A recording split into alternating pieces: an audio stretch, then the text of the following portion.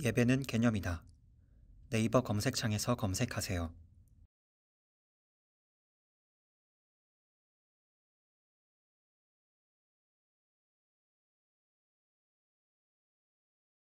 하나님 말씀 보시겠습니다. 하나님 말씀 마태복음 15장 21절부터 28절까지의 말씀, 신약성경 25페이지입니다. 신약성경 25페이지 마태복음 15장 21절부터 28절까지의 말씀 찾으셨으면 제가 봉독하겠습니다. 예수께서 거기서 나가사 두로와 시돈 지방을 들어가시니 가나안 여자 하나가 그 지경에서 나와서 소리 질러 이르되 주 다윗의 자손이여 나를 불쌍히 여기소서 내 딸이 흉악하게 귀신 들렸나이다 하되 예수는 한 말씀도 대답하지 아니하시니 제자들이 와서 청하여 말하되 이 여자가 우리 뒤에서 소리를 지르오니 그를 보내소서. 예수께서 대답하여 이르시되 나는 이스라엘 집의 잃어버린 양 외에는 다른 데로 보내심을 받지 아니하노라 하시니 여자가 와서 예수께 절하며 이르되 주여 저를 도우소서. 대답하여 이르되 자네의 떡을 취하여 개들에게 던짐이 마땅하지 아니하니라. 여자가 이르되 주여 올소이다마는 개들도 제 주인이 상에서 떨어지는 부스러기를 먹나이다 하니 이에 예수께서 대답하여 이르시되 여자여 내 믿음이 크도다 내 소원대로 되리라 하시니 그때로부터 그의 딸이 나으니라. 아멘. 이 시간은 기도론 8번째 강의가 되었습니다. 주의 이름을 부르는 기도라는 제목으로 하나님 말씀 증거하도록 하겠습니다. 주의 이름을 부르는 기도. 사도 바울은 누구든지 주의 이름을 부르는 자는 구원을 얻으리라 라고 가르쳤습니다. 누구든지 주의 이름을 부른다는 얘기가 과연 무엇을 의미하겠습니까? 주의 이름을 부른다라고 하는 것은 주님께만 도움을 구한다는 얘기입니다. 주님께만 구원을 갈구한다는 얘기입니다. 여기서 누구든지는 구원받은 자들만을 제한적으로 얘기하는 표현이 아닙니다. 여기는 누구든지입니다. 말 그대로 누구든지입니다. 선택자이든 불택자이든 제한이 없습니다. 왜 제가 이런 말씀드리냐면 사도 바울이 로마서에서 누구든지 주의 이름을 부르는 자는 구원을 얻으리라 라고 하는 이 말씀이 로마서 10장 13절에 나오는데요. 바로 앞에 절에 의하면 12절이죠. 12절에 보면 헬라인이나 유대인이나 이방인이나 야만인이나 라고 하는 말을 먼저 앞에 두고서 이 얘기를 합니다. 그러니까 누구든지 주의 이름을 부르는 자들은요, 제한적인 언어가 아닙니다. 한정용법이 아니에요. 핵심적인 사실은 주의 이름을 부르지 않고 구원을 받는 일은 없다는 사실입니다. 여러분, 우리는 지금 잘못된 이 구원론에 관한 부분이 있는데 정말 간절히 주님께 구원을 열망하지 않고서도 그냥 영접기도만 해도 구원을 받는다라고 하는 이상한 교리가 20세기서부터 판치기 시작을 했습니다. 그런데 여러분, 성경을 객관적으로 보십시오. 하나님께서는 이스라엘 백성들에게 구원이 필요하다는 것을 아셔도 이스라엘 백성들이 정말 간절히 주의 구원을 부르짖을 때 그때 비로소 구원을 주셨습니다. 하나님께서 이스라엘 백성들이 출애굽을 할 때쯤 됐을 때 하나님께서 그러니까 아브라함과 약속했던 430년이 다 찼을 때 하나님께서는 이스라엘 백성들에게 알아서 구원을 주지 않으셨습니다. 예정과 작정이 되어 있음에도 불구하고 하나님께서는 그들이 예정과 작정 안에 있음을 무엇으로 보여주냐면 그들이 그 시점에 주의 이름을 부르는 때까지 기다리십니다. 그리고 그들은 그 시점에 주의 이름을 부르고 그러는 가운데 하나님께서는 그들을 위한 구원자를 선택하셔서 모세를 세우시고요. 그리고 나서 하나님께서는 구원을 진행해 나가셨습니다. 우리가 분명히 기억해야 될 것은 하나님께서는 우리의 기도를 통해서 일하시기로 작정하셨다는 사실입니다. 우리가 기도하지 않고 주님께서 알아서 일을 해주실 거라고 생각하지 마십시오. 하나님이 수동적이기 때문이 아니라 하나님께서 그렇게 작정하신 겁니다. 그것이 하나님께서 이 땅을 창조하시는 원리로서 우리를 그 하나님의 그 창조의 완성인 경작자로 우리를 부르신 방식이 그것이기 때문에 그렇습니다. 그래서 예수님께서 우리가 이제 앞으로 이제 주기도문을 살펴보겠지만 예수님께서도 말씀하신 것이 무엇입니까? 너희가 먼저 뭘 구하라? 주의 나라와 주의 의를 구하라. 너희는 먼저 그의 나라와 그의 의를 구하면 주님께서 그의 나라와 그의 의를 채워주시겠다는 겁니다. 바꿔서 얘기하면 우리가 구하지 않으면 주님께서 작정하셔도 하나님께서는 구하실 때까지 보시는 거죠. 이 부분에 관해서 칼빈이 뭐라고 얘기합니까? 우리의 필요가 무엇인지 아시는 하나님께서 왜 우리가 구해야만 우리에게 주시기로 작정하셨을까요? 이 부분에 대해서 칼빈은 이렇게 얘기하죠. 그 이유는 하늘의 가장 좋은 것, 구원이죠. 그 구원이 여호와께로부터만 온다는 것을 알게 하기 위해서인 거죠. 단편의 예를 들어서 이렇습니다. 여러분들 하루 3끼니 우리가 양식을 먹죠. 그것이 하나님께로부터 온다는 거 여러분들 믿어집니까? 그냥 머리로는 우리는 인지를 하지만 감동적이지 않죠. 여러분들 오늘 아침 먹으면서 막 눈물이 막 하여오시고 오늘도 주님께서 아침 식사를 주셨고, 근데 여러분 조지 밀러처럼 정말 아무것도 없는 중에 하나님께 기도하는 가운데 빵이 공급되어졌을 때 우리는 거기서 엄청난 감격과 소위 기도의 위력과 하나님의 살아계심이 선명하게 우리가 느껴지지 않나요? 하나님께서 우리의 믿음을 강화시키기 위해서 기도라고 하는 방법을 통해 당신의 그 풍성함, 그 구원을 우리에게 주시기로 작정하셨다는 사실입니다. 그래서 분명한 것은 하나님께서는 우리가 구원을 요청하지 않은 상태에서 구원을 주시지 않으신다는 사실입니다. 간혹가다 어떤 사람은 이런 얘기합니다. 목사님, 어떤 사람은요 구원을 달라고 구하지도 않았는데 어느 날 예배 시간에 막 은혜를 받고 구원받았는데 구원받은 거 아닐 가능성이 많아요. 그게 도화선이 돼서 그 사람이 어디로 가냐면 구원을 구하는 쪽으로 갑니다. 그 당시에 은혜를 받아서 예배당에 출석을 했다고 해서 그걸 구원받은 거라고 보면 곤란해요. 그 사람이 어느 날 무의식적으로 예배당에 참석해서 그 은혜를 받고 그 사람이 이제 구원을 구하게 되는, 주의 이름을 부르게 되는 과정으로 가게 되는 케이스가 굉장히 많습니다.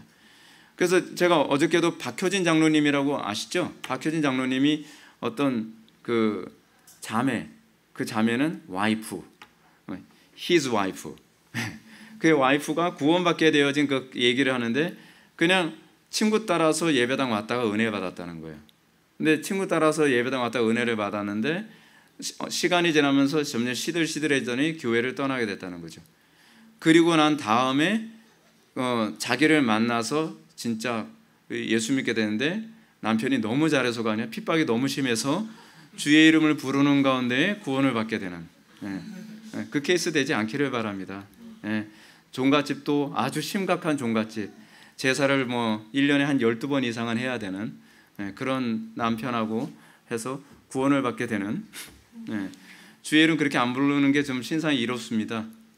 하여간 주의 이름을, 하나님께서는 주의 이름을 부르는 가운데에 구원해 주시기로 작정하셨다는 사실, 이것이 굉장히 중요한 부분입니다. 근데 여기서 이게 부른다라고 하는 이 헬라어를 한번 보면, 부른다에 해당하는 에피칼레손타이라고 하는 이 헬라어는요, 기도 속에서 하나님을 부른다는 의미의 에피칼레오의 3인칭 복수 부정 과거형입니다. 이건 몰라도 상관없어요. 뒷부분은.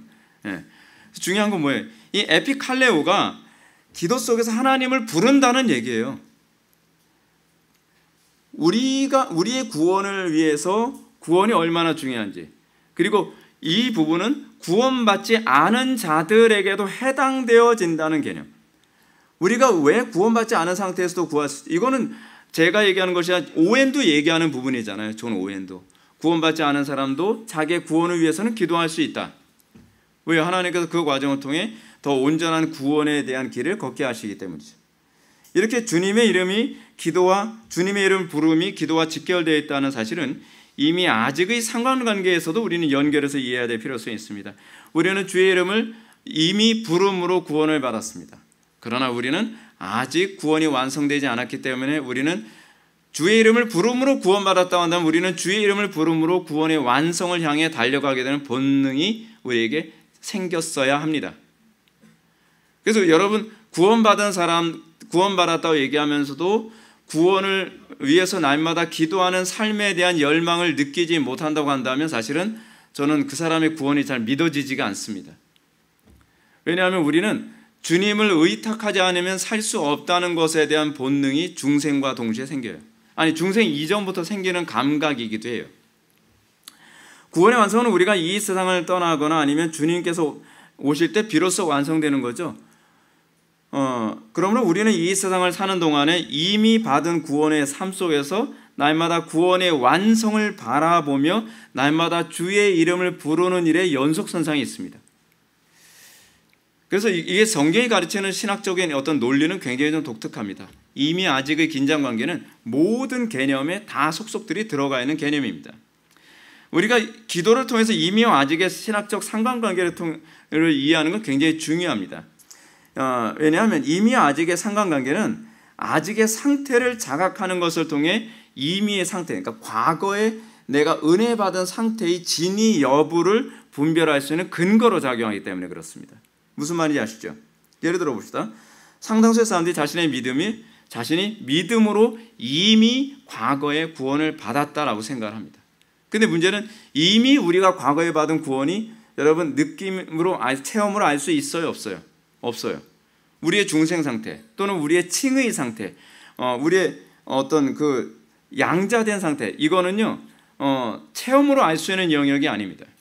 이거는 하나님께서 내가 너를 양자 삼았고 너를 의롭다 칭했고 내가 너를 하나님의 백성으로 삼았다라고 하는 선언적 개념이거든요. 근데 내가 이미 양자됐다, 내가 이미 칭의 됐다, 내가 이미 하나님의 백성 됐다라고 하는 이 거듭난 하나님의 백성이라고 하는 것을 자각하게 만들기 위해서 하나님께 주신 것이 뭐냐? 아직의 관계, 아직의 관계. 만일 이미 칭의나 양자나 중생에 참여했다면 그는 분명히 자신이 아직에 대한 심령의 가난함이 나타나야만 합니다. 우리는 구원을 받을 때 어떻게 구원을 받죠? 심령의 가난한 가운데 구원을 받습니다. 우리는 구원을 받을 때 어떻게 칭의가 되죠? 내 불의함에 대한 자각 가운데, 하나님의 자녀됨에 대한 열망 가운데 우리는 또 양자가 되고, 우리는 근데 우리가 언제 양자가 됐는지, 언제 중생을 했는지, 언제 칭의 됐는지를 우리는 알 수가 없습니다. 마치 여러분 우리의 중생 상태를 알 수 없는 이유는 뭐냐면 아이가 태어날 때 자기의 태어난 시점에 대해서 의식을 하지 못하는 것과 동일한 개념이라고 얘기할 수 있습니다. 따라서 우리는 아직의 상태에서 우리는 이미의 상태를 측정이 가능합니다. 휘필드의 주장처럼 우리 한 사람의 구원은 그에게 회개에 합당한 열매가 지속적으로 나타나기 전에는 우리는 결코 그들이 이미 구원받았는지를 우리는 확신할 수 없습니다. 이렇게 한 사람의 구원받음 여부, 중생 여부, 칭의 여부, 양자 여부는 현재 아직에 대한 인식 여부에 의해서 검증이 가능합니다. 자신이 이미 구원받았다고 믿는 것은 아무 의미가 없습니다. 그건 믿음의 대상이 아닙니다. 왜냐하면 자신의 구원 여부 자체는 믿음의 대상이 아니라 점검의 대상이기 때문에 그렇습니다. 우리는 자꾸 이 부분에서 헷갈립니다. 믿음의 대상과 점검의 대상이 뭔지를 잘 몰라요.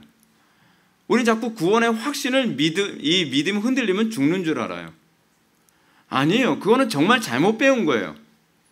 성경은 그렇게 가르치지 않고요.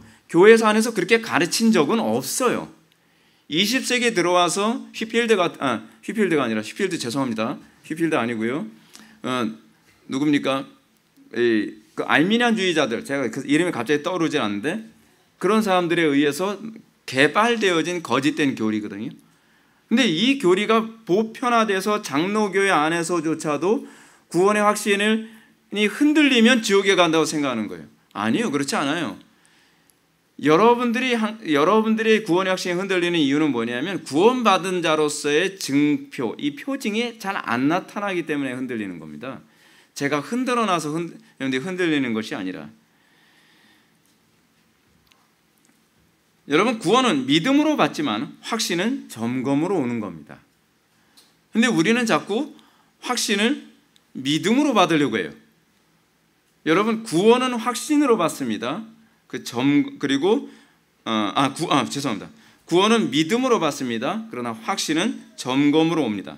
확신을 갖도록 만드는 점검은 아직 구원이 완성을 향해 달려가는 자신의 심령에서 알 수 있습니다. 어떻습니까? 여러분들은 더 온전한 구원에 대한 열망 때문에 심령이 가난합니까? 의에 줄이고 목마릅니까? 하나님의 나라와 의 때문에 애통함이 있습니까? 우리는 이것조차도 전혀 없으면서 구원을 확신한다고 얘기합니다. 그거를 믿는다고 생각합니다. 이거는 근거가 없는 겁니다. 여러분, 근거 없는 믿음을 뭐라고 얘기하죠? 미신이라고 하죠. 미신. 얼마나 많은 교인들이 근거 없는 것에 믿음을 투척하고 그것이 신앙일 거라고 생각하는지 모릅니다. 여러분, 우리가 진정으로 이미 구원받았다면, 우리는 구원받은 그 시점부터 우리의 심령은 가난함이 지속되기 시작합니다. 예수님께서 마태복음 5장에서 팔복 가운데 말씀하셨던 것은 이미 구원받은 자들에게 아직에 관한 상태에 대해서 설명해 주고 있는 거거든요. 이미 구원받았다고 한다면 우리는 어떻게? 심령의 가난함, 의에 줄이고 목마름, 애통함, 그리고 의로 인하여 핍박받음, 이런 8가지 조건들이 우리 속에서 나타나느냐? 그런 사람이 복을 받은 사람이죠. 생명을 받은 사람이죠. 그 사람이 영생을 얻은 사람이죠.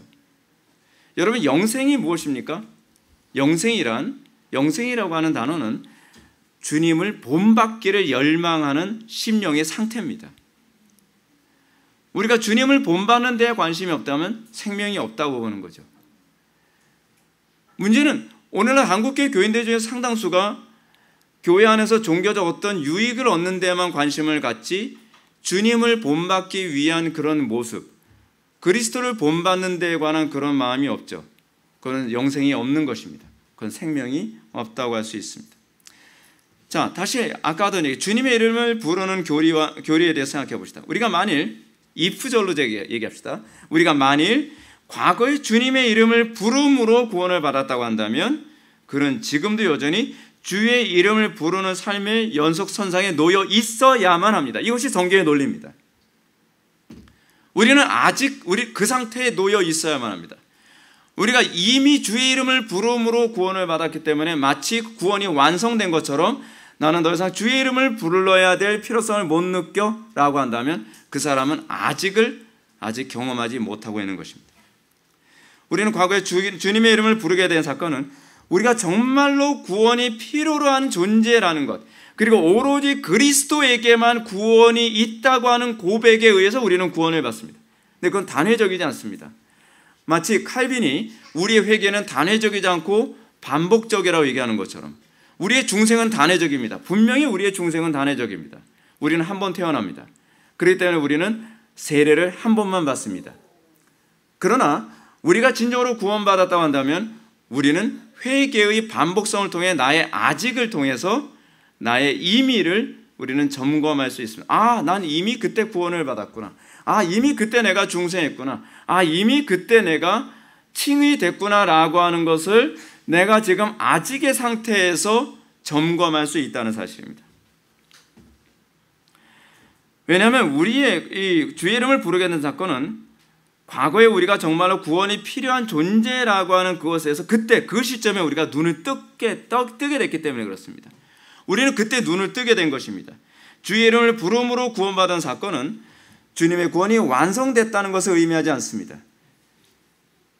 지금 우리가 구원을 받음으로 우리는 비로소 자신의 구원을 열망할 수밖에 없는 존재라는 것을 눈을 뜨고, 그리고 우리는 더 많은 구원이 필요한 존재라는 것에 대해서 우리는 눈이 열린 사람입니다. 마치 우리는 어떤 사람이 고수라고 얘기합니까?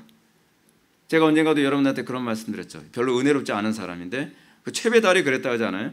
최배달이 정말 당대 최고의 무술의 고수인데도 불구하고 인터뷰를 했더니 저는 사실은 아직까지도 저는 싸우는 걸 잘 모릅니다.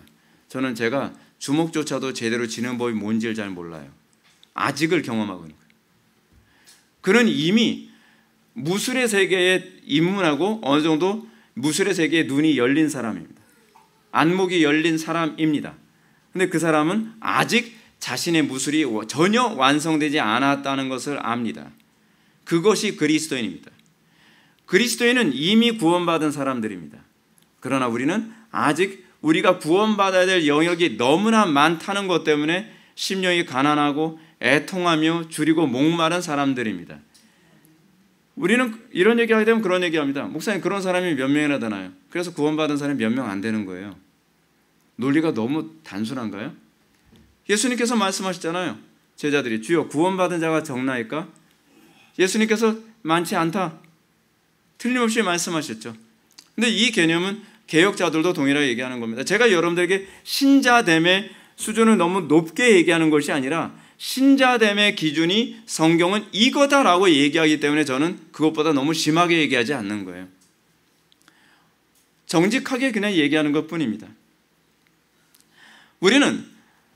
우리 자각은 단회적으로 끝나지 않습니다. 나는 주님의 구원이 필요한 존재이구나. 나는 중생이 필요한 존재이구나. 난 칭의가 필요한 존재이고 나는 죄로부터 구원을 얻어야 될 필요성이 있는 존재구나라고 하는 우리는 단회적으로 깨닫는 사람이 아닙니다. 우리는 눈이 열린 사람입니다.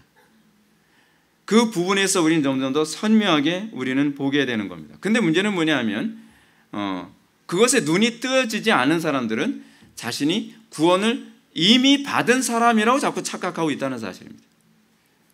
그 대표적인 사람이 누구였냐 하면 바리새인들입니다. 그리고 서기관들입니다. 그 당시 유대인 종교 지도자들이었습니다. 예수님께서 이 바리새인들이나 서기관들 같은 유대인 종교 지도자들, 왜요? 그 사람들은 내가 그래도 바리새인인데, 내가 그래도 서기관인데, 여러분 서기관이 뭐 하는 사람인지 아시죠? 서기관은 그 성경을 카피하는 사람입니다. 그리고 또 율법사들은 뭐 하는 사람입니까? 신학자죠. 바리새인들은 어떻습니까? 이 사람들은 정말 율법을 정확하게 지키려 애를 쓰는 사람들이죠. 근데 어느 날 어디 족보도 없이 있는 이상한 사람이 와가지고 라이센스 하나조차도 없는 무슨 랍비도 아니고 그렇다고 해서 율법 공부를 체계적으로 한 것도 없는 그 목수의 아들이 와가지고 너희들은 하나님을 잘 모르는 놈들이다라고 쏘아붙이니 얼마나 황당하겠습니까? 겸손하면 듣겠죠. 오히려 그런 거죠. 예수님 보고 뭐라 그래요? 저 사람은 글을 모르는 사람인데 저걸 어떻게 아냐? 라이센스 얘기하는 거거든요. 저건 라이센스도 없는 게 어디서 까부냐 이런 얘기를 하는 거예요. 교만하다는 얘기죠. 아무리 자기 자신이 라이센스가 있는 바리새인이고 사두개인이고 율법사라 한다 할지라도 자기 자신이 성경에 위배됐다고 한다면 점검하고 자기 자신에 대해서 니고데모처럼 고민을 해야 되는 것 아니겠습니까? 그러니까 예수님께서 이들을 향해서 이렇게 얘기합니다. 건강한 자에게는 의사가 쓸데없고 병든 자에게라야 쓸데있나니 내가 의인을 부르러 온 것이 아니요 죄인을 부르러 회개시키러 왔노라. 이 회개는 단회적인 회개를 얘기하는 거 아닙니다. 반복적인 거. 주님께서 이 말씀을 하신 이유는 당시 바리새인들과 서기관들은 자신들이 종교적 은총을 통해서 구원이 완전히 완성된 사람인 것처럼 행세하고 있었기 때문에 그렇습니다. 그들은 더 이상 하나님의 은총 안에서 날마다 치료받아야 될 영적인 병자라고 하는 인식이 없는 것입니다. 그러므로 그들은 자신들에게 영적 의사가 굳이 필요 없다고 생각하는 것이죠. 다윗처럼 당신이 범죄했나이다 그럼 내가 범죄했구나. 곧바로 회개하고 영적인 치료의 상태, 영적인 수술의 상태에 참여해야 된다고 하는 인식이 없이 네가 뭐길래 나한테 네가 신앙이 있다 없다를 얘기하는 거야? 라고 얘기하는 거죠. 우리에게 있어서는 어떤가요? 우리는 정말 의사를 필요로 하는 병자라는 인식이 있나요? 우리는 또한 날마다 우리 죄 문제를 해결해야 되는 죄인이라고 하는 이 의식이 있나요? 그 당시에 바리새인들이나 서기관들, 사두개인들 같은 사람들은 자신들은 모든 것을 알고 있기 때문에 더 이상 배움이 필요 없고 더 이상 나는 치료받아야 될 것이 없는, 나는 이제 완성된 존재다라고 하는 이런 식의 인식을 가지고 신앙생활을 했다는 것이 문제입니다. 여러분, 루터가 정확하게 잘 얘기했죠. 우리가 진짜 이미 구원받은 존재라고 한다면 아직의 상태에서 우리에게 나타나야 되는 것이 뭐라고요? 우리는 구원받은 죄인이라는 관점. 여러분, 우리가 구원받은 이후에 죄인의식이 없어지는 게 아닙니다. 오히려 죄인의식이 없어지는 사람이 진짜 위험한 바리새인입니다. 우리는 구원받고 난 이후에 우리는 죄인의식을 통해서 오히려 나의 구원받음을 확인할 수 있게 됩니다. 우리는 예수를 믿으면서 점점 더 구원이 필요한 존재이고 점점 더 그리스도를 더 열망하며 그 은혜가 더 필요한 존재라는 것을 알게 되는 것입니다. 사도 바울에게서 우리가 발견해야 되는 것이 무엇입니까? 사도 바울은 노년에 가면 갈수록 그리스도를 더 많이 필요로 하게 되었습니다. 사도 바울이 노년에 그가 디모데 전서에서 뭐라고 얘기합니까? 나는 죄인 중에 괴수로다. 그렇죠. 이게 바로 구원받은 죄인이라는 개념입니다. 다시 얘기하면 의롭게 된 죄인이라는 개념이죠. 의롭게 된 죄인. 우리가 그 의롭게 된 죄인이라는 인식이 있냔 말이에요. 우리는 의롭게 됐다는 인식만 있지 죄인됨에 대한 인식이 없어요. 그래서 삶 속에서 그리스도가 별로 필요하지가 않아요.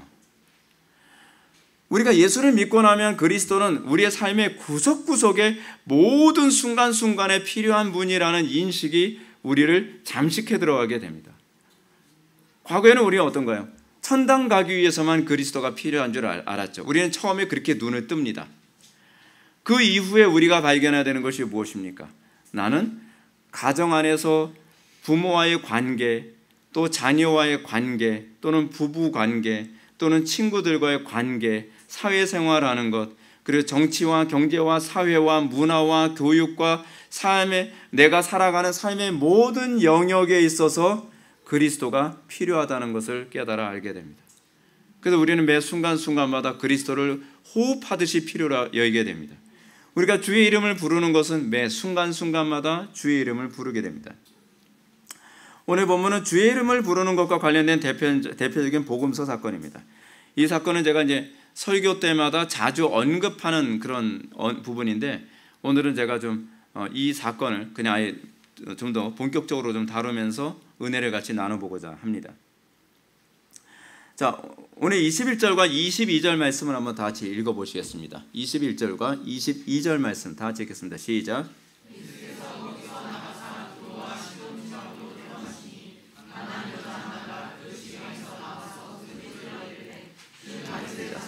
나를 불쌍히 여기소서 내 딸이 흉악하게 귀신들였나이다 하되. 자, 오늘 본문은 예수님께서 갈릴리 전도 사역을 마치고 이방 지역인 두로와 시돈 지방에 들어가신 사건을 배경으로 합니다. 뭐 참고로 두로와 시돈 지방은 항구 지역이라서 굉장히 음란하고 많이 타락한 지역이에요. 그러니까 우리가 이제 초대교회사를 보게 되면 가장 타락한 지역이 이제 두로와 시돈 그리고 고린도 지역이에요. 고린도 지역은 어느 정도로 타락했다라고 얘기하냐면 그 당시에 이제 헬라어로 고린티아조마라고 얘기를 한다면 그 사람 정말 타락한 사람이다라고 얘기하는 거예요. 고린티아조마라고 하는 이 헬라어는 무슨 뜻이냐면 고린도인화 되었다라는 표현이거든요. 그러니까 얼마나 고린도 지역이 심하게 타락한 지역인지 알겠죠. 근데 그 타락한 지역으로서 또 두 도시를 얘기하자면 두로와 시돈이라고 하는 이 지역이거든요. 근데 이 두로와 시돈 지역에 예수님이 오셨습니다. 근데 오신 이유가 무엇인가가 중요한데 갈릴리에서 예수님이 복음을 증거하시는데 유대인들이 예수님의 복음을 잘 안 받아들여요. 그래서 예수님께서 갈릴리 지역에서 어디로 들어가시냐면 이방 지역을 들어가십니다. 흔치 않은 일이 벌어진 거예요. 예수님께서 이방 지역을 들어가신 것 한 번 있었고요. 또 하나 뭐냐면 사마리아 지역에 들어간 사건이 한 번 있었죠. 근데 흥미롭게도 매번 그 지역에 들어갔을 때 한 여자가 구원을 받는 사건 또는 복음이 확산되는 사건이 나타나게 됩니다. 이번에는 두로와 시돈 지역에 예수님께서 들어가셨고 이 들어가셨을 때 예수님께서는 한 여인을 만나야 되죠. 한 여인이 예수님께서 이 두로와 시돈 지방에 오셨다는 소식을 듣고 다급하게 예수님을 찾으며 주의 이름을 부르는 사건이 여기서 이제 나타나게 됩니다. 주 다윗의 자손이여 나를 불쌍히 여기소서 내 딸이 흉악하게 귀신 들렸나이다 라고 합니다. 이 여인이 주의 이름을 부르는 이 모습에서 기도가 어떤 동기에서 시작되어야 되는지를 우리는 먼저 여기서 발견해야만 합니다. 그것은 그리스도께 대한 전적인 의탁과 소망입니다. 여러분 어떤가요? 여러분들의 기도가 왜 힘이 없나요? 여러분들의 기도가 왜 정말 절박하지 않나요? 왜 여러분들의 기도가 소위 간절한 기도가 되지 못하나요? 우리의 기도에서 가장 첫 번째로 점검해야 될 중요한 부분은 우리는 정말 그리스도께만 소망을 두는 그 절박감 때문에 기도를 하게 되느냐에 관한 문제입니다. 우리의 기도는 너무나 형식화되어 있습니다. 우리의 기도에는 너무나 기대감이 없습니다. 기도만 하면 하나님께서 살려줄 것이고 기도만 하면 하나님께서 도와줄 것이고 기도만 하면 나의 문제가 해결될 것이라고 하는 그런 소망과 기대감이 우리에게는 너무 없이 그냥 습관 따라서 그래 오늘 또 기도해야지 우리는 그렇게 생각을 합니다. 사도 바울은 이렇게 얘기합니다. 우리가 소망으로 구원을 얻었음에 보이는 소망이 소망이 아니니 보는 것을 누가 바라리요? 라고 가르쳤습니다. 사도 바울이 로마서에서 이렇게 가르친 것은 우리에게 구원이 일어나는 중요한 하나의 방식에 대한 인식 때문에 그렇습니다. 그것은 뭐냐면 우리가 구원을 받기 이전에 우리는 오로지 하나님께만 소망을 두게 되는 현상이 나타나기 때문에 그렇습니다. 주의 이름을 부르는 이 심령의 전형의 특징이 무엇이냐면 오로지 그리스도께만 소망을 두게 되는 것에서부터 시작되어진다는 사실입니다. 그래서 사도 바울이 우리의 구원은 그리스도께만 소망을 두는 그 소망으로 구원을 얻었다라고 얘기하는 겁니다. 그래서 우리가 신앙생활에 아주 중요한 3원칙이 있죠. 믿음, 소망, 사랑입니다. 믿음, 소망, 사랑 이 세 가지는 항상 있을진데 그 중에 제일은 사랑이라 아주 유명한 성경 구절이잖아요. 여러분 우리가 소망 없는 것은 신앙이 아닙니다. 그 소망이 우리에게 믿음을 낳고 그 낳은 믿음이 우리에게 사랑이라고 하는 열매로 나타나게 됩니다. 그래서 믿음, 소망, 사랑 이 세 가지는 항상 있을진데 그 중에 제일 여러분 원래 헬라어에서 제일이라고 하는 이 개념 이건 어떤 면에서는 이게 결론적 개념이죠. 믿음과 소망에 낳은 열매적 개념입니다. 우리에게 있어서 우리의 사랑이 상당수의 많은 사람들의 사랑이 믿음과 소망에서 출발하지 않은 사랑이 얼마나 많습니까? 이 세 가지는 항상 있습니다. 항상 있어야만 합니다. 그리고 우리의 믿음과 우리의 소망은 반드시 하나님께 대한 사랑과 이웃에 대한 사랑으로 열매 맺어져야만 합니다. 그것이 참된 믿음이고 참된 소망입니다. 근데 이 소망은 바울이 얘기하는 것처럼 이성의 안목에서 보이는 소망이 아닙니다. 그래서 바울이 뭐라고 얘기합니까? 보는 것을 누가 바라리요? 우리는 보는 것을 바라는 사람이 아닙니다. 이성적 합리성과 타당성 때문에 우리는 그리스도에게서 소망을 찾는 사람이 아닙니다.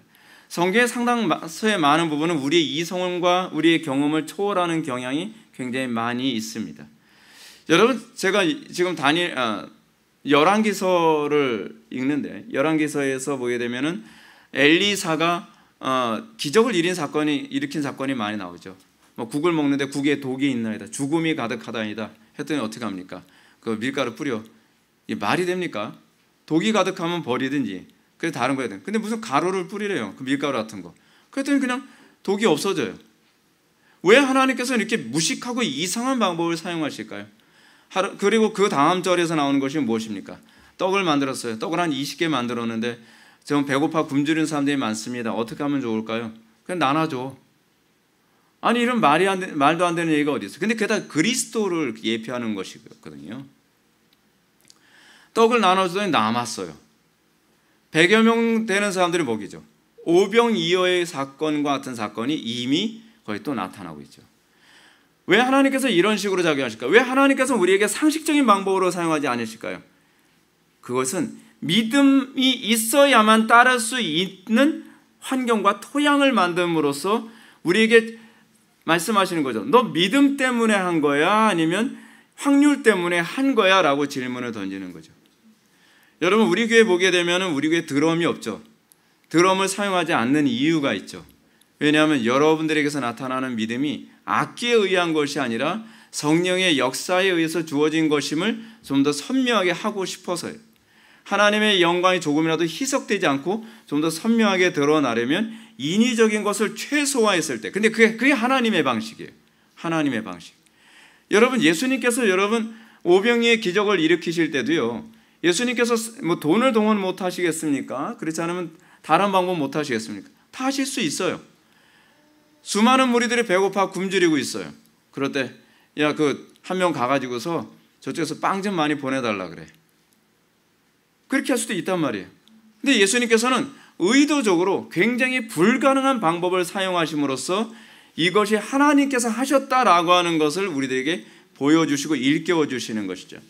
우리의 삶 속에서 여러분 너무 타당성 따지지 마세요. 항상 우리가 가져야 될 것은 성경적이냐 비성경적이냐, 이것이 하나님께 영광이 되느냐 영광이 되지 않느냐, 이것이 하나님의 살아계심을 드러내느냐 아니면 하나님의 살아계심을 다른 말로도 희석시켜 지워버릴 수 있느냐에 관한 문제를 가지고 우리는 생각해 보아야 된다는 것이죠. 근데 우리는 항상 안전빵으로 가죠. 우리는 항상 쉬운 방법으로 살아가죠. 모든 사람들이 다 쉽게 동의할 수 있는 상식적이고 합리적인 것을 추구하려고 하죠. 우리는 거기서 신앙이 전혀 자라지 않습니다. 사도 바울이 여기서 소망을 뭐라고 얘기합니까? 합리적인 소망이 아닙니다. 보이지 않는 소망입니다. 믿음의 눈으로만 보이고 물리적으로는 보이지 않는 것에 소망을 둔 겁니다. 오로지 인간적인 모든 소망이 다 끊어져서 타당성과 합리성을 다 포기하고 단지 그리스도의 전능하심 하나에만 의탁한 어린아이와 같은 단순함에만 호소하고 있는 것입니다. 예수 믿는 거 왜 어렵냐고요? 예수 믿는 건요, 하나님께서는 그렇게 시스템을 하셨어요. 이성적으로 납득이 안 가는 쪽으로 우리는 몰아가세요. 여러분 우리의 경험으로 납득하도록 이끌어 가시면 얼마나 좋습니까? 여러분 이스라엘 백성들을 출애굽시킬 때 왜 하나님께서는 굳이 홍해 바다를 힘들게 가르십니까? 그렇잖아요. 딱 왔더니 하나님께서 오히려 여호수아를 통해서 야 모세가 여호수아에게 내가 기도해 보니까 아무래도 홍해 바다 근처에 배 좀 갖다 놔야 될 것 같아. 그래서 오히려 배를 그렇게 해서 배 타고 넘어갈 수도 있지 않나요? 근데 그렇게 하지 않으셨어요. 한 번도 본 적도 없고 한 번도 생각해 본 적도 없고 한 번도 예측할 수 없는, 근데 그게 제 인생에서 하나님께서 하셨던 수많은 방법들이었어요. 그 하나님께서 모세에게 뭐라고 얘기합니까? 자, 홍해 바다에서 지팡이를 가리켜라. 뭐 어떻게 하라고? 아니 홍해 바다 치라든지, 그래서 뭐예요? 그냥 빗자루로 쓸라든지 뭘 상식적으로 말이 되는 얘기를 해야죠. 그냥 모세는 이것이 어떻게 일어날지도 모르면서 그냥 순종하는 거예요. 그리고 하나님은 일하십니다. 그리고 그 부분에 관해서 뭐라고 말씀하시는가? 저들이 내가 여호와인 줄 알리라. 이게 하나님께서 하시는 방식이에요. 여호와인 줄 알리라라고 하는 것은 하나님의 실존에 관한 얘기입니다. 우리가 존재하는 이유는요, 생존하기 위해서 아니에요. 성공하기 위해서도 아니에요. 잘 먹고 잘 살기 위해서 예수 믿는 거 아니에요. 하나님이 실존하신다는 것을 우리를 통해 드러내기 위해서예요. 그것이 우리의 인생의 목표가 되어야 되는 거예요. 아, 저 사람을 보니까 정말 하나님이 살아계시는 것 같다. 아, 저 사람을 보니까 정말 여호와께서 진짜 존재하시는구나 라고 하는 것을 하나님께서 우리를 통해 드러내기를 원하시는 것입니다. 그 때로는 어떤 사람은 화형을 당하는 가운데서도 전혀 아무 고통도 느끼지 않고 오히려 살아나게 하시는 사람도 있는가 하면, 누구처럼요? 사드락과 메삭과 아벳느고처럼요.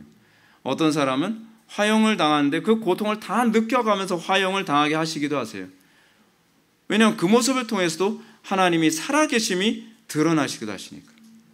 이스라엘 백성들이, 그 초대교회 성도들이 그 원형 경기장에서 사자들한테 물어뜯겨 주는 것. 여러분, 우리는 뭘 기대하죠? 그래, 다니엘이 그랬던 것처럼 사자들이 입도 못 열게 천사들이 막아주시면 좋겠다. 하나님은 그렇게 해서도 당신의 살아계심을 드러내시죠. 근데 하나님께서 당신이 여호와인 줄 알리라, 하나님의 존재하심을 드러내시는 또 다른 방식이 있죠. 그리스도인들이 사자들한테 물어뜯겨 죽는 가운데서 비명 한 번 안 지르고 찬양을 하면서 죽는 그 모습을 통해 네로 같은 그런 폭군이 하나님의 살아계심을 보고 두려워 떨게 만들기도 하는 것. 하나님께서 어떤 식으로 당신의 살아계심을 드러내실까는 우리가 예측할 수가 없어요. 그래서 여러분들, 우리는 자꾸 우리 방식으로 하나님 이렇게 해주세요라고 얘기하는 것이 아니라 우리는 삶의 매 순간순간마다 어떻게 하는 것이 하나님의 살아계심을 드러내는 방식일까요? 이거를 질문하는 것입니다. 제가 목회하면서도 가장 불편한 방법, 목회하면서도 교회 성장이 안 될 방법만 찾아다니는 이유가 여기에 있습니다. 제가 개척 초반기 때 아예 간판을 걸지 않고 제가 개척을 했던 이유도 그거라고 제가 말씀드리지 않았나요? 미련한 방법이죠. 간판을 걸어도 사람들이 올까 말까인데 간판도 걸지 않고 사람들이 오기를 바라고. 어떤 사람은 저보고 그래요. 아니, 기도한다고 다 되나? 기도했으면 나가서 전도해야지, 기도했으면 사람들한테 홍보해야지, 기도했으면 간판도 걸어야지. 그건 맞아요. 근데 저는 기도했는데 간판 안 걸고 하나님께서 채워주시는 역사를 통해 하나님의 살아계심을 드러내기를 원하신다고 저는 그렇게 확신을 받은 거예요. 믿음대로 되는 거죠. 믿음대로 됐어요. 여러분, 간판을 거는 것도 믿음일 수 있어요. 간판을 안 거는 것도 믿음일 수 있어요. 중요한 건 어떻게 하는 것이 하나님을 더 선명하게, 하나님의 실존을 더 선명하게 드러낼 수 있을까를 고민하는 것이 믿음이지, 간판을 거는 것 자체가 믿음이 아니고요. 누군가가 또 흉내낸답시고 간판을 안 걸고 목회하는 것이 또 믿음은 아닙니다. 우리는 삶의 매 순간순간마다 어떻게 하면 하나님을 선명하게 드러낼 것인가를 좀 고민해야 되는 것 아니겠습니까? 우리는 여기서 이제 가나안 여인 얘기를 한번 다시 돌아갑시다. 가나안 여인이 주의 이름을 부르는 핵심이 무엇입니까? 이 여인은 과연 주의 이름을 어떻게 불렀나요? 주여 나를 불쌍히 여기소서. 가나안 여인에게서 우리가 첫 번째 발견하는 건 뭐예요? 오로지 그리스도께만 소망을 뒀다. 이것이 주의 이름을 부르는 사람들이 복음서에서 공통적으로 보여주는 부분입니다. 그 두 번째는 무엇입니까? 주여 나를 불쌍히 여기소서입니다. 그녀는 그리스도로부터 구원 얻기 위해 자기 어떤 의의나 정당성을 주장하지 않았습니다. 우리가 하나님으로부터 은혜를 얻기 위해서 우리가 은혜를 얻을 만한 어떤 자격을 구할 때 여러분들이 이미 하나님의 은혜하고는 거리가 멀어지는 겁니다. 즉 이 여인은 내가 하나님께 어떤 구원을 얻을 만한 자격이 있기 때문에 나를 구해 주셔야 된다고 얘기하지 않습니다. 내가 이렇게 사랑이 많은데, 내가 이 딸을 이렇게 내가 사랑하는데 당신이 내 딸을, 내 기도를 또는 내 소원을 들어줘야 되는 것 아니에요? 이렇게 얘기하지 않았습니다. 이 여인은 단 한 번도 대면한 적 없는 그리스도께 자신을 맡기면서 긍휼히 여겨달라고. 긍휼히 여겨. 여러분, 우리가 주의 이름을 부르는 핵심은 하나님의 중요한 속성이 있죠. 우리를 긍휼히 여기신다는 것. 긍휼히 여기신다는 것. 근데 예수님, 우리가 뒤에서 보면 아시겠지만 예수님은요, 긍휼히 여기지 않는 발언만 계속 하십니다. 에이 개야, 뭐 이런 거 있잖아요. 개 취급을 해요. 긍휼히 여기지 않는 거죠. 에이 멍멍아, 얼마나 기분 나쁩니까? 근데 흥미로운 게 뭐냐면 이 여인은 그 말 속에서조차도 긍휼히 여기심을 의심하지 않아요. 우리의 신앙에 있어서 여러분들 하나님의 표현에 대해서 우리는 어떻게 반응합니까? 하나님 긍휼히 여기신다면서 왜 저한테 이런 환경을 주실 수 있어요? 하나님이 긍휼이 많고 사랑이 많고 자비가 많다는데 왜 저 사람들한테 내가 모욕당하는데 가만히 계시죠? 하나님이 긍휼이 많고 자비가 많으신 분이는데 왜 도와달라고 구원해달라고 하나님께 매달렸더니 오히려 더 멸시와 천대와 고통과 어려움과 짓밟힘을 당하게 하시냔 말이에요. 근데 이 여인은 절대로 예수님의 그 긍휼하심에 대해서 의심하지 않아요. 믿음이 그거예요. 믿음이란 하나님의 속성에 대해서 흔들림이 없는 거예요. 사랑하는 성도 여러분, 우리의 기도의 시작은 여기서부터 출발해야만 합니다. 우리는 하나님께 기도로 나아갈 때 오로지 그리스도께만 소망이 있음을 고백해야 되고요. 그리고 우리가 주님께 매달릴 때 주님께서 우리를 긍휼히 여기실 거라는 이 믿음이 흔들려서는 안 됩니다. 우리는 끝까지 이럴 때 의심하지 않고 인내하며 기도할 수 있습니다. 우리가 기도하면서 인내가 자꾸 떨어지는 이유가 어디 있나요? 뻔하죠. 그리스도께만 소망을 두지 않던가, 그리스도의 긍휼하심에 대해서 확신하지 못한다거나. 그럴 때 우리는 몇 번 주의 이름을 부르고 주님께 도움을 구하다가 소용없네, 하나님 뭐 계시는 어디 계셔, 그렇게 돼버리는 거죠. 우리의 삶 속에서 우리가 정말 내 기도를 점검해야 될 중요한 부분이 여기서부터 출발해야만 합니다. 왜 우리는 기도하는데도 불구하고 기도의 효력이 안 나타납니까? 왜 우리는 기도한다고 하면서도 우리는 맨날 시간 정해놓고 때 돼서 뭐 늦게까지 기도하고 뭐하고 하는데 왜 나의 삶 속에서는 이 여인과 같은 간증이 없냔 말이에요. 간증이 없어도 되는 게 아니에요. 신앙이란요, 간증이 있어야 돼요. 마치 여러분 있잖아요. 여러분들 누구를 만나고 나면 간증이 있잖아요. 간증이 그런 간증이 아니지만, 여러분들 예를 들어서 여러분들 뭐 전 별로 안 좋아하지만 BTS 딱 만나거나 나 BTS 만났어. 여러분 누구를 만났을 때 흥분됩니까? BTS입니까? 하나님이십니까? 여러분들이 날마다 하나님과 만나는 그 교제 가운데 있다고 한다면 여러분들 예배 끝나고 나서 대화 나눌 때 여러분들 예배 끝나고 나서 여러분들의 대화를 보게 되면 오늘도 설교 시간에 주님 못 만났구나. 그냥 다 보여요. 우리는 말씀으로 주님을 만나거든요. 내 말씀을 통해서 주님을 딱 만나서 그 흥분이 가시지가 않아요. 이 흥분 때문에 사람들하고 자꾸 대화하고 싶지 않아요. 내가 말씀을 통해 만난 주님에 관해 자꾸 얘기하고 싶어야 되는데 별로 할 얘기가 없어요. 할 얘기가. 왜 우리는 주님과 만남이 그토록 없나요? 왜 여러분들의 입은 그토록 무겁나요? 타고난 입이 무거워서가 아니에요. 만남이 없기 때문에 그래요. 할 얘기가 없는 거예요. 무거워서가 아니라 할 얘기가 없는 거죠. 우린 점검해야 될 게 상당히 많아요. 근데 점검을 안 하죠. 제발 잊어먹지 마십시오. 오늘 설교 듣고서요. 나는 과연 하나님께 믿음으로 기도로 날마다 나아가는가? 소망으로 나아가는가? 그리고 나는 주의 긍휼하심을 의심하지 않는가? 근데 여러분, 주의 긍휼하심을 의심하지 않고 이렇게 매달리는 여자에게 예수님이 어떻게 해요? 찬물을 뿌리시죠. 찬물도 얼음 많이 섞어서 뿌리시죠. 23절 말씀 보시겠습니다. 예수님은 한 말씀도 대답하지 아니하시니 제자들이 와서 청하여 말하되 그 여자가 우리 뒤에서 소리를 지르오니 그를 보내소서. 제가 조크했을 때 어떻습니까? 썰렁하면 기분이 약간 찬물 끼어진 것 같아요. 난 웃기는데, 난 되게 웃긴데 성도들은 안 웃어요. 근데 여러분, 이것보다 이거는 그래도 기분은 별로 안 상하잖아요. 뭐 안 웃기면 말지 뭐. 근데 문제가 뭐냐면 나는 애간장 타서 죽을 것 같고 내 딸이 귀신 들려서 죽게 생겼는데 다윗의 자손 예수여 나를 불쌍히 여기소서 내 딸이 지금 당장 죽게 되었나이다. 들었는지 안 들었는지 귀를 잡수셨는지 어땠는지 아예 반응이 없어요. 뭐라고 말씀하시죠? 한 말씀도 대답지 아니하시니. 우리가 정말 여러분들 우리가 점검해야 될 세 번째 부분이 이거 아닌가요? 하나님, 전 소망으로 기도했어요. 저는 주님께만 주님이 긍휼이 많으신 분이라는 걸 믿고 기도해요. 그런데 주님께서 반응을 안 하세요. 기도할 때 한 말씀도 대답하지 않으세요. 기도를 했는데 도대체 하나님의 뜻이 뭔지 모르겠어요. 기도를 했는데 내 가슴이 정말 무너질 것 같아요. 우리가 기도 생활에서 그래서 첫 번째로 넘어서야 될 장벽은 이것입니다. 기도에 대한 하나님의 무반응입니다. 이것이 우리가 넘어야 될 첫 번째 장벽입니다. 여러분, 기도할 때 무반응할 때 굉장히 많지 않나요? 저도 많이 겪었어요. 지금도 계속 겪고 있고요. 항상 기도가 잘 되는 건 아니거든요. 어쨌든 기도하면 하나님이 들으시는지 안 들으시는지 거절하시는 건지 그렇지 않으면 받으시는 것인지 도무지 모르겠어요.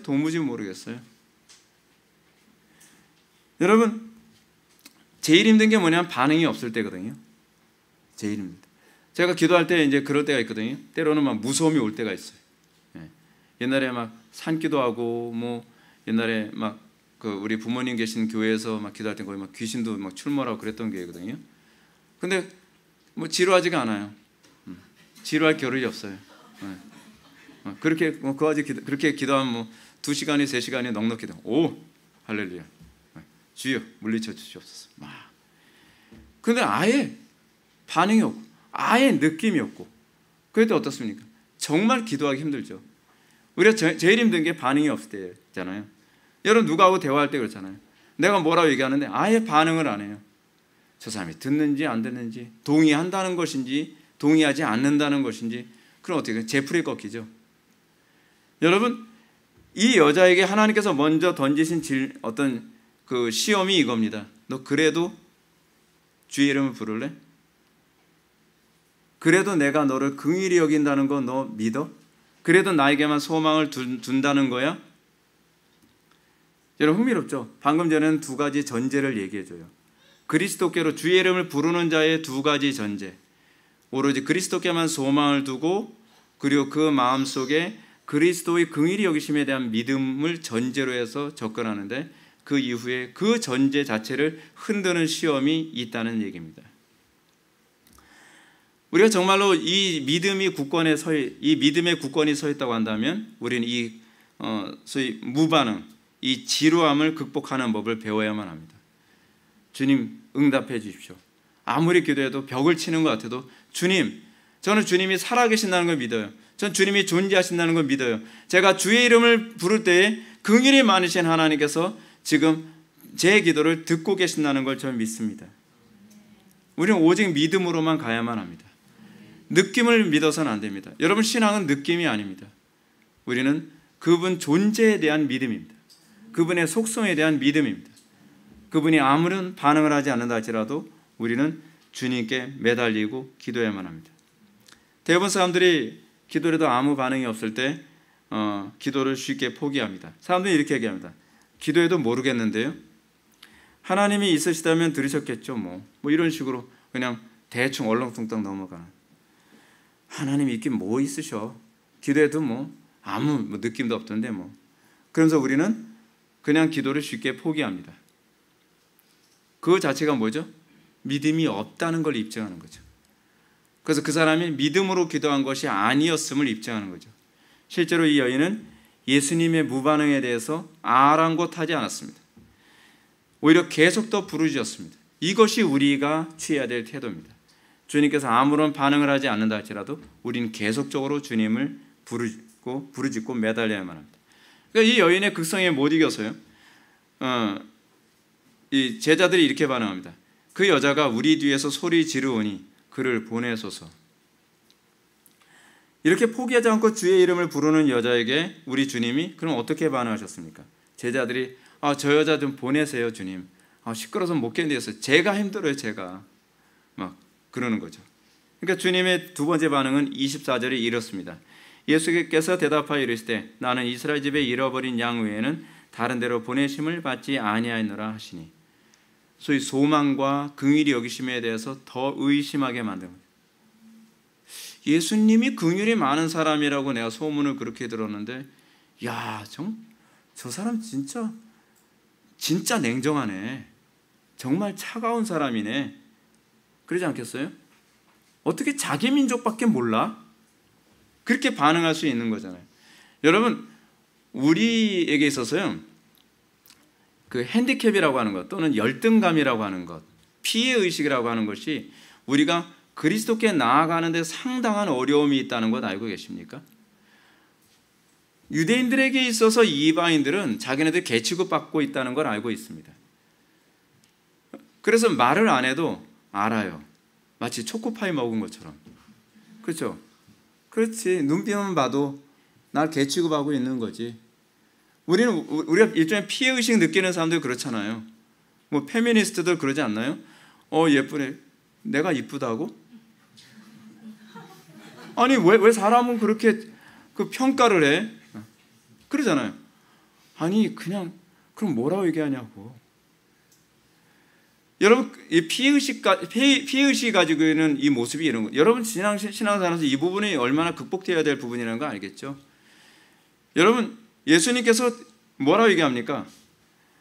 자녀의 떡을 이스라엘의 집에 잃어버린 양 외에는 다른 데로 보내심을 받지 아니하였다라고 얘기했을 때, 이 신학적인 오해가 이 여자가 넘어서야 될 두 번째 장벽이었어요. 신학적인 오해.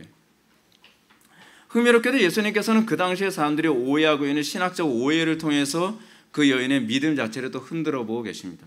너 알잖아. 나는 이스라엘의 메시아지 유대인의 메시아지 이방인의 메시아가 아니라는 건 너 알고 있잖아. 그렇죠? 유대인의 왕이잖아요. 우리 주변에 상당수의 사람들이 이런 문제 때문에 기도 생활을 중단하거나 또는 기도 생활에 힘을 잃어버리는 경우가 많지 않나요? 여러분 그렇잖아요. 우린 기도하면서 하나님 안 들으시면 그래, 난 택함 받지 못한 사람인가 봐. 신학적 오해.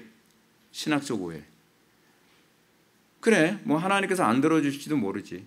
또 알아, 이 부분이 뭐 하나님께서 보시기에 뭐 하나님의 뜻에 안 맞는지 모르지 뭐. 여러분, 그게 전형적인 신학적 오해입니다. 신학을 제대로 해야 돼요. 여러분, 이 말 자체가 틀리진 않죠. 근데 적용이 잘못된 거죠.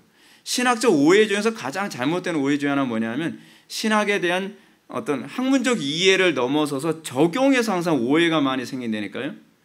하나님께서 택자와 불택자 정하셨죠. 하나님께서 틀림없이 유대인들의 하나님인 건 맞죠.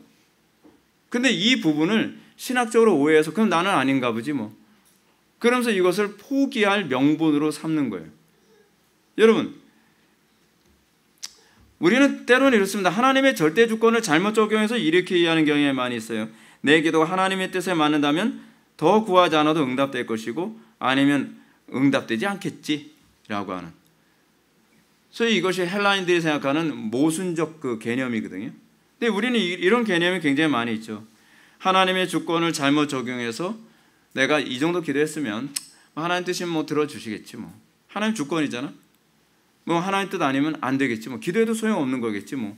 그래서 기도하지 않아야 될 명분을 되게 쉽게 찾죠. 저는 이런 기도의 태도를 멀리해야 될 가장 그 위험한 기도 태도라고 여러분한테 말씀드리고 싶습니다. 우리의 기도는 확신이 올 때까지 결코 멈추지 말아야만 합니다.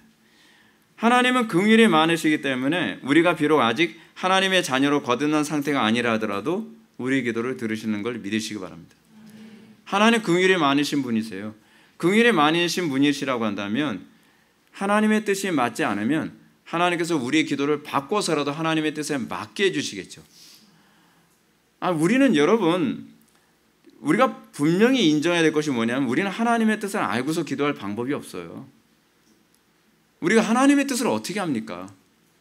사도 바울이 얘기하잖아요. 우리는 마땅히 기도할 바를 알지 못하느니라. 로마서 8장 26절에 말씀. 그러면 마땅히 기도할 바를 누가 가르쳐 주세요? 성령님께서 말할 수 없는 탄식으로 우리에게 구할 바를 알게 하시나니. 여러분들이 신학을 많이 알고 교리를 많이 한다고 해서 여러분들이 마땅히 구할 바를 아는 게 아니라니까요. 착각하지 마세요. 이건요, 이성의 영역이 아니라 조명의 영역이에요. 우리가 가장 많이 착각을 하는 것이 뭐냐면 조명의 영역과 이성의 영역을 자꾸 자리를 바꿔요. 그래서 자기가 조명의 영역인데 이성의 영역으로 알 수 있는 것을 자꾸 이 오해를 한단 말이에요. 그래서 신앙이 자꾸 이상한 결과를 자꾸 도출해내죠. 여러분, 우리는 삶의 매 순간순간마다 우리가 내가 마땅히 구할 바를 알지 못하오나 하나님, 내가 지금 이것이 필요합니다. 이것을 주십시오. 하나님, 저에게 이런 어려움이 있습니다. 이 어려움 해결하게 해주십시오. 여러분, 그냥 그렇게 기도하세요. 신학적으로 맞느냐 틀리냐, 하나님께서 넌 신학 공부 좀 더 해야 될 것 같아. 아직 교리적으로 좀 부족한 걸. 하나님 그러지 않습니다. 하나님께서는 우리가 부족하다면 그 부분 다시 조명해 주시고, 깨닫지 못하시면 여러분들에게 설교를 통해서 다시 기도의 방향을 바꿔주시기도 하시고, 때로는 목회자를 통해서 상담을 통해 그 부분을 조율하게도 해주시고, 또는 성경을 읽다가 알게도 하시고, 또는 어떤 경건서적 읽다가도 알게 하시는 방식을 통해서 하나님께서 그 과정을 사용하신다니까요. 그 과정이 점차 수정되어지고 교정되어지면서 여러분들의 기도가 점점 더 성숙되어지고 강력한 기도를 할 수 있도록 하신단 말이에요. 근데 아예 시도도 안 해보고 포기해버려요. 그 누가 좋아하겠습니까? 마귀가 좋아하는 거죠. 근데 우리는 그런 식의 기도가 마치 굉장히 좋은 그 태도인 것처럼 이해하고 가르치고 말하는 사람들이 얼마나 많은지 모른다. 이 기도 생활 안 해봐서 그래요. 기도 생활은 안 해보고 이론적으로만 얘기하는 사람들이 선무당에 사람 잡는다는 식이라니까요. 신학을요, 머리로만 아는 것만큼 위험한 사람이 없습니다. 신학을 머리로만 아는 사람들이 사람 잡는다니까요. 많은 영혼들 지옥 보냅니다. 여러분 생각해 보세요. 우리 개혁파안에서 흔히 나오는 얘기가 있어요. 부르짖고 기도하면 하나님이 귀가 먹으셨습니까? 조용히 기도해도 알아들어요. 하나님 조용히 기도해도 알아들으시죠. 하나님은 우리 소리 안 내도 알아들으세요.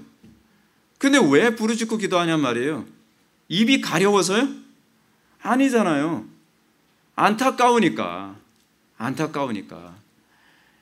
이 학문적인 이 논리에만 이 함몰되어진 사람들은 성도들이 애간장타게 울고불고 부르짖고 기도하는 거 보면서 그 심정을 몰라요. 왜 저 사람이 저렇게 눈물을 흘려야 응답받습니까? 그것도 아니잖아요. 그러면 여러분 성경대로 합시다. 오케이, 성경대로 가요. 그러면 여러분 한나처럼 기도하세요. 술 취한 것처럼 기도하세요. 그럼 다 응답됩니까? 아니잖아요. 원리가 뭐예요? 소리를 질렀냐 질리지 않았냐, 방언으로 했느냐 방언으로 하지 않았느냐, 그 문제가 아니잖아요. 우리의 본질이 무엇입니까? 하나님께 대한 믿음으로 기도했느냐. 믿음으로 기도하고, 어떤 믿음이요? 그분의 속성에 대한 믿음, 그분께만 소망을 두고 그분이 긍휼이 많으신 분이라고 하는 이 믿음이 어떤 상황에서 흔들리지 않는 가운데 우리가 매달리느냐고 하는 문제잖아요. 근데 그거 가지고 얘기 안 하고 표면적인 가지고서 술 취한 것처럼 기도하지 마라, 소리내서 기도하지 마라. 뭐 기도할 때 뭐 하지 마라. 여러분, 그건요 다 부수적인 거예요. 부수적인 거. 선무당이 사람 잡듯이 실제로 기도 생활 제대로 안 해본 사람의 말을 듣지 마십시오. 정말 간절하게 하나님의 말씀을 기초로 해서 기도 생활을 하려고 하는 사람들에게서 정말 건지 있게 있지, 이론만 가득해. 여러분, 이론을 삶에 적용했을 때 안 되는 경우 많이 있잖아요. 그건 이론이 틀려서가 아니라 이론에는 반드시 적용하기 위한 과정이 필요하기 때문에 그래요. 그 과정을 거쳐보지 않은 사람은 이론이 어디서 적용이 잘못된지 자기가 몰라요.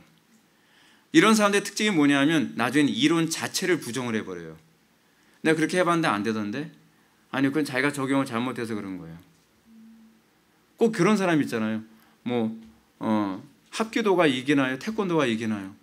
누가 이기죠? 수련 잘한 사람이. 그렇잖아요. 합기도를 배웠는데 자기가 합기도를 제대로 활용을 못하면 태권도 한 사람한테 턱 나가고 배 맞고 난리도 아니죠. 그러면 합기도 배워도 소용없네. 태권도한테 지네. 자기가 수련을 잘못한 거지. 자기가 이거 제대로 적용을 못하는 거잖아요. 예. 근데 그걸 뭘 탓하는 거예요? 합기도가 틀렸다, 주짓수가 틀렸다, 태권도가 틀렸다, 쿵우는 별론 것 같아요. 예. 하여간 어쨌든 기도 생활도 동일해요. 경건 생활도 동일하단 말이에요. 예. 자, 놀라운 사실은 이런 교리적 문제에서 낙심하게 될 상황 속에 있더라도 성령님은 신자의 마음속에 하나님의 뜻에 부합한 태도를 견지하도록 한다는 거죠. 자, 흥미로운 게 뭐냐면, 흥미로운 게 이겁니다. 예수님께서 뭐라고 말씀하셨다고요? 예수님께서는 이스라엘 집에 잃어버린 양에게밖에 나는 보냄을 받지 않았다. 그것은 소위 유대인들이 이해하는 신학이에요. 근데 예수님께서 의미하는 바는 어떤 의미일까요? 네가 이스라엘의 영적인 이스라엘로서 잃어버린 양 가운데 한 명이라면 너는 그 신앙의 믿음의 증표를 보여줄 거야 라는 의미거든요. 사실 여기엔 두 가지 의미가 사실은 병행되어져 있는 거죠. 근데 딴 사람들은 다 들을 때 어떻게 됐죠? 그렇지, 이방 여자는 아무리 해봐야 긍휼을 받을 수 없어. 이런 식으로 이해하는 거죠. 근데 놀랍게도 이 여인은 예수님의 이런 교리적 반박에 거절당했음에도 불구하고 예수님께 절하며 뭐라고 얘기합니까? 주여 저를 도우소서라고 매달립니다. 신학적 한계성에 굴복하지 않습니다. 하나님의 속성을 따라가는 것이 신학적 한계성을 따라가는 게 아니란 말이에요. 왜냐하면 사실 그 신학이 틀렸기 때문이 아니라 그 신학을 우리가 잘못 오해하고 있는 경향이 많기 때문에 그래요. 근데 이 여자가 매달립니다. 그래도 저를 긍휼히 여기소서, 저를 도와주소서 매달립니다. 이제 이 여자는 교리적으로 반박할 어떤 명분도 없습니다. 그냥 그분의 긍휼히 여기심에만 그냥 매달린 거예요. 저는 교리 잘 모르겠어요. 신학적으로 어떤지 잘 모르겠어요. 그렇지만요, 저는 한 가지 알고 있어요. 당신이 긍휼이 많으신 분이라는 거. 우리는 그거 가지고 매달리는 거예요. 사랑하는 성도 여러분, 저는 여러분들에게 이런 기도의 태도를 권하고 싶습니다. 우리가 교리를 알아봐야 얼마나 알고 신학을 알아봐야 얼마나 압니까?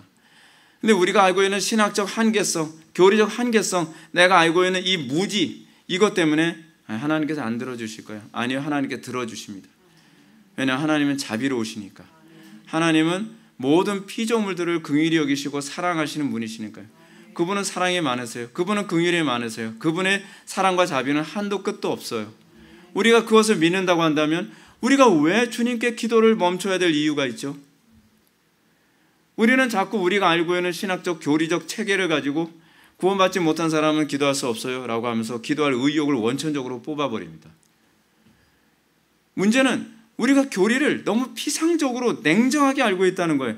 영혼에 대한 사랑과 관련해서 교리를 이해하고 적용하려 드는 것이 아니라 당신은 이방인이니까 안 돼. 당신은 내가 보니까 택자가 아닌가 봐. 안 돼. 당신은 그렇게 해서는 구원 못 받아. 당신은 어머니가 무당이었기 때문에 이래서 안 돼. 저래서 안 돼. 근데 여러분, 하나님은 우리에게 그 당신의 긍휼과 자비를 맛보는 데서 제한을 두지 않으셨거든요. 신학적 제한을 두지 않으셨단 말이에요. 오늘 본문에 나온 이 여인에 대한 주님의 말씀은요, 표면적으로는 분명히 예정과 선택에 관한 교리를 언급하는 부분입니다. 그러나 이 교리는 육적 이스라엘이라고 하는 한정적 대상으로만 이해돼서는 안 되는 거였어요. 예수님께서 사실 그걸 깨뜨리고 싶은 겁니다. 그럼에도 불구하고 예수님은 그런 의도로 말씀하신 것처럼 말을 하시죠. 어떻게 해요? 네가 성령의 조명하심을 받고 하나님의 인도하심을 받는다고 한다면 너는 그래도 나한테 매달릴 거야. 네가 정말 영적인 이스라엘이라고 한다면 영적 이스라엘의 그 표징을 보여주실 거야 라고요. 주님께서 정의하시는 것은 이것입니다. 믿음으로 주님을 따르는 자가 바로 이스라엘 집에 잃어버린 양이다라는 의미를 내포하고 있는 것입니다. 굉장히 묘하죠. 이제 마지막으로 우리가 주의 이름을 부르는 기도 태도에서 극복해야 될 장벽은 거절감입니다. 거절감. 26절과 27절 말씀을 보시겠습니다. 대답하여 이르시되 자네의 떡을 취하여 개들에게 던짐이 마땅하지 아니하니라. 여자가 이르되 주여 올소이다마는 개들도 제 주인이 상에서 떨어지는 부스러기를 먹나이다 하니. 말끝마다 꼬박꼬박 말대꾸 참 잘하죠. 근데 정말 지혜롭게 말합니다. 너무 사랑스럽지 않나요? 아마 주님께서 이게 어디다 대고 자꾸 말대꾸야 그러셨겠습니까? 되게 사랑스러웠을 것 같아요. 정말 이뻤을 것 같아요. 이 여인이 이방인임에도 불구하고 얼마나 믿음이 대단한지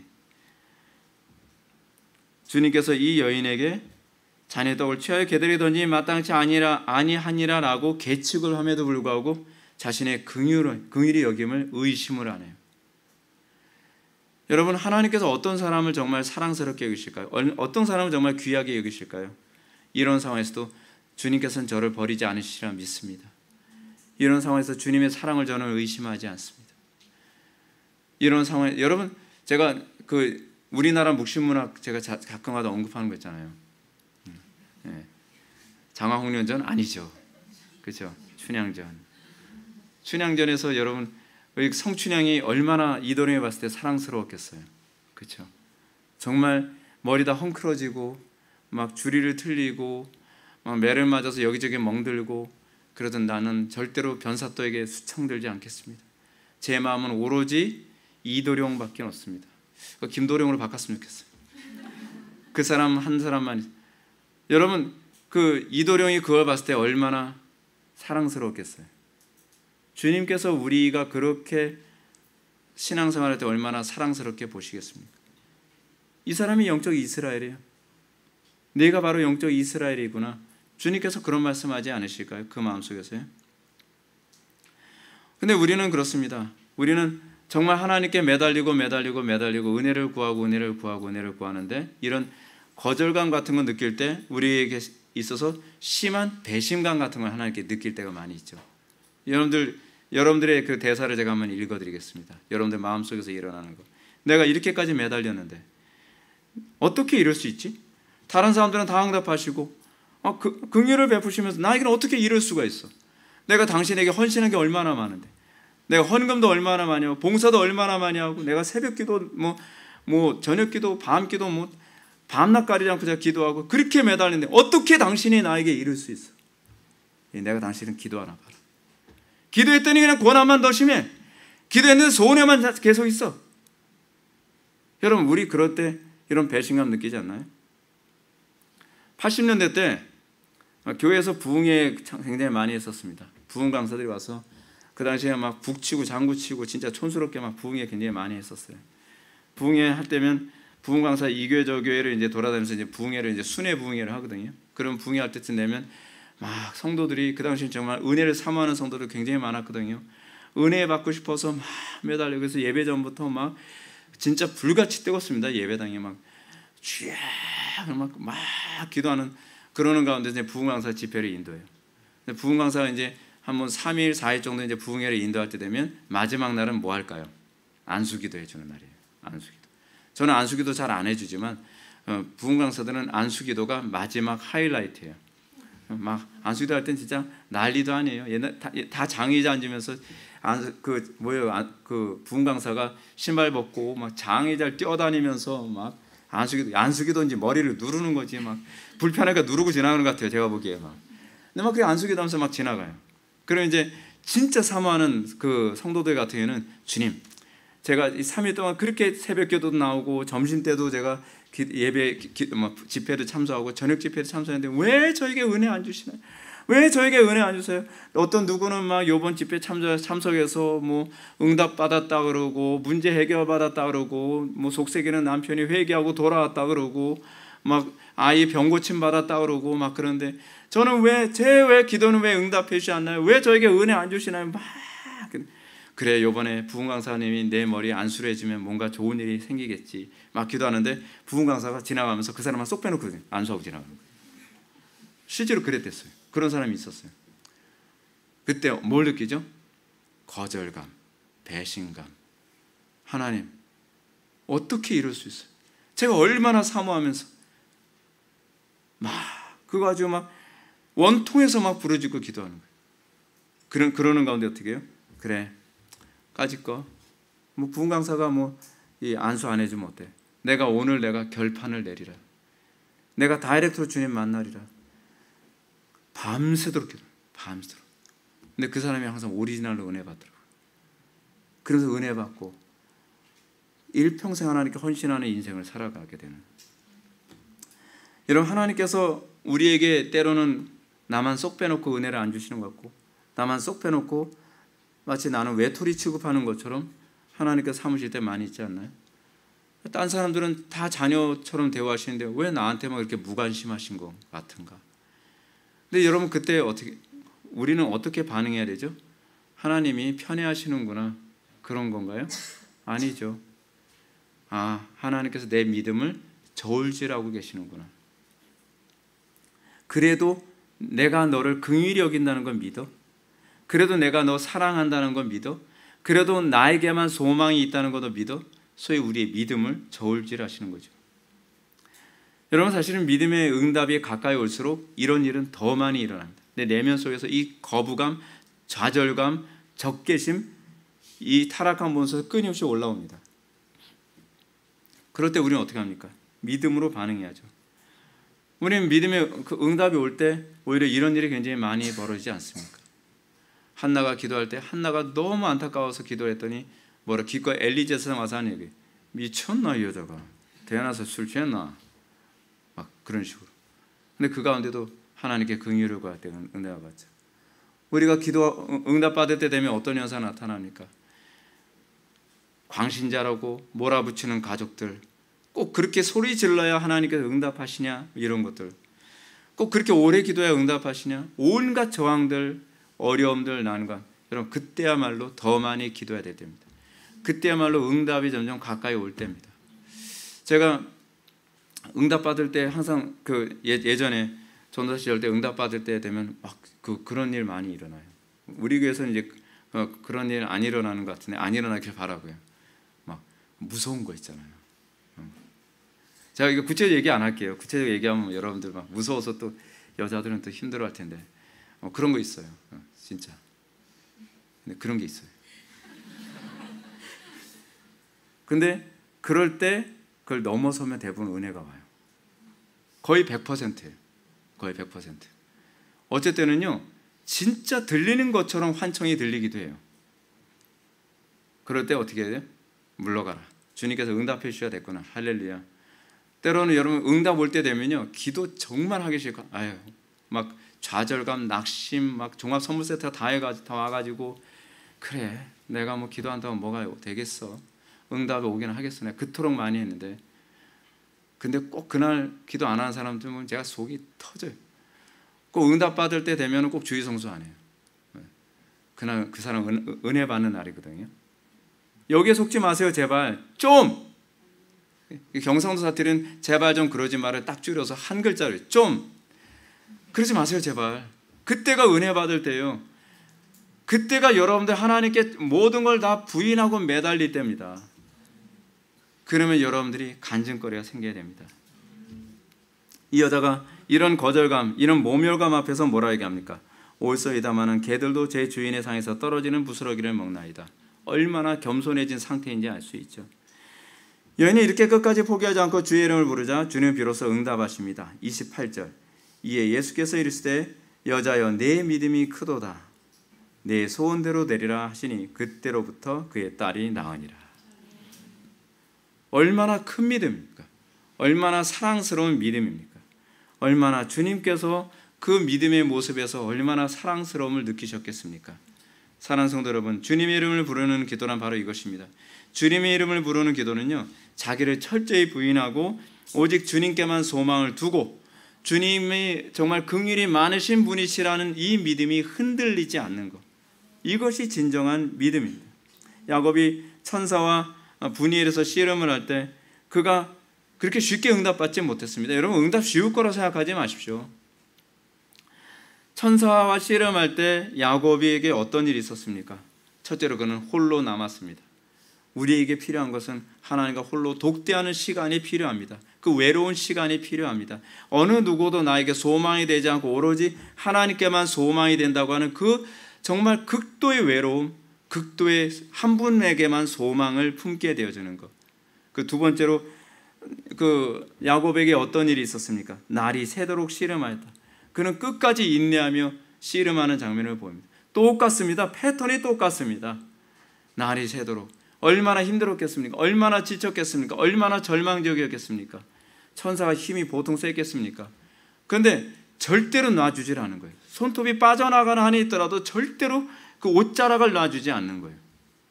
세 번째로 그의 허벅지 관절이 씨름할 때 어긋난지라. 이 여자가 기본적으로 가지고 있었던 모든 자존심까지 어떻게 해요? 개취급을 당하죠. 환도뼈가 이 위골되는 것과 같은 그런 절박감 아니었겠습니까?